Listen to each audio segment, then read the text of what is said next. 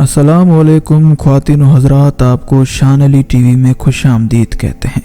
आज की इस वीडियो में आपको फ्रांस की मुहब्बे वतन दोशीज़ा जॉन ऑफ आर्क के बारे में बताया जाएगा, जिसे हर रात क्यों ज्यादती का निशाना बनाया जाता था और उसे क्यों जिंदा जला दिया गया। इस हवाले से आपको मुकम्मल आगाह किया जाएगा। लेकिन अगर आपने अभी तक हमारे चैनल को सब्सक्राइब नहीं किया तो अभी सब्सक्रिप्शन का बटन दबाकर हमें सब्सक्राइब कर लीजिए और मज़ीद मालूमात के लिए हमारी वेबसाइट shanalitv.com पर विजिट कीजिए। जॉन ऑफ आर्क फ्रांस के इलाके लोरेन में एक गरीब किसान के घर पैदा हुई। उसे मेड ऑफ ऑरलेंस भी कहा जाता है।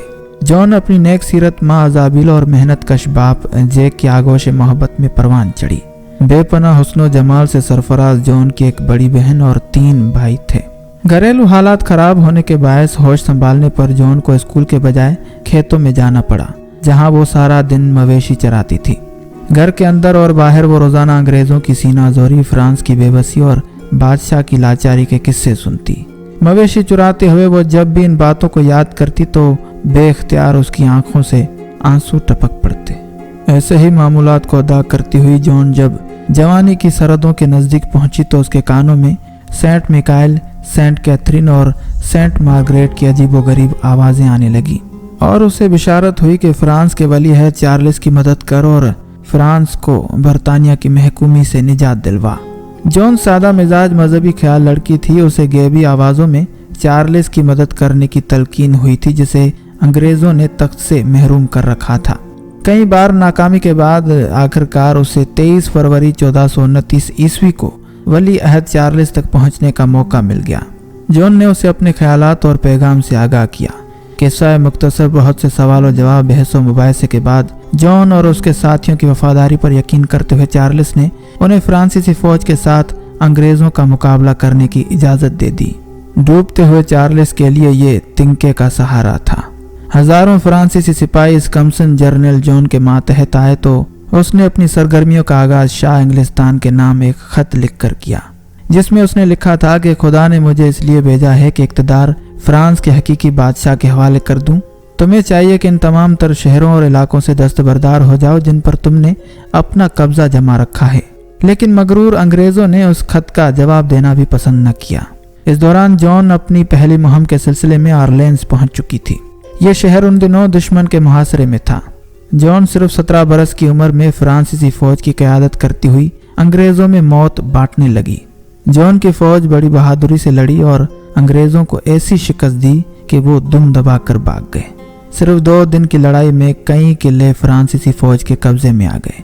जॉन की फौजों ने एक के बाद कई दीगर इलाके फतह कर लिए, जिनसे फ्रांस और इंग्लिस्तान में 100 साला जंग का रुख बदल गया।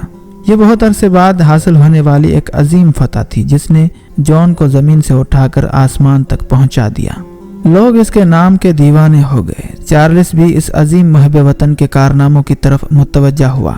जॉन ने लोवार के किनारे किनारे और मकामात भी फतह कर लिए और पाटे के मकाम पर अंग्रेजों को शिकस्त फाश दी। 17 जुलाई 1429 को राइन्स में चार्ल्स की ताजपोशी की रस्म अदा की गई। उस वक्त जॉन खुद बादशाह के पहलू में खड़ी थी। यूं जॉन की सबसे बड़ी ख्वाहिश भी पूरी हो गई। इब्तदाई फतवात के बाद जब माजी की शिकस्त खोरदा फ्रांसीसी अफवाज का मोराल बुलंद हुआ और राइन्स में शाही ताज चार्ल्स के सर पर सजा तो जॉन के अचानक उरूज से खाइफ फ्रांसीसी उमरा उसके खिलाफ हो गए।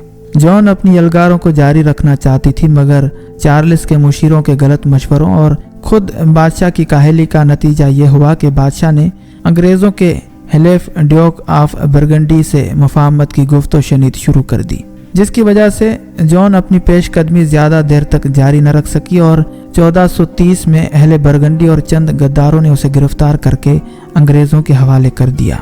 रुआ के मकाम पर एक कलीसाई अदालत के रूबरू बेकायदा सा मुकदमा पेश हुआ, जिसका बड़ा जज पेरे कोशां था।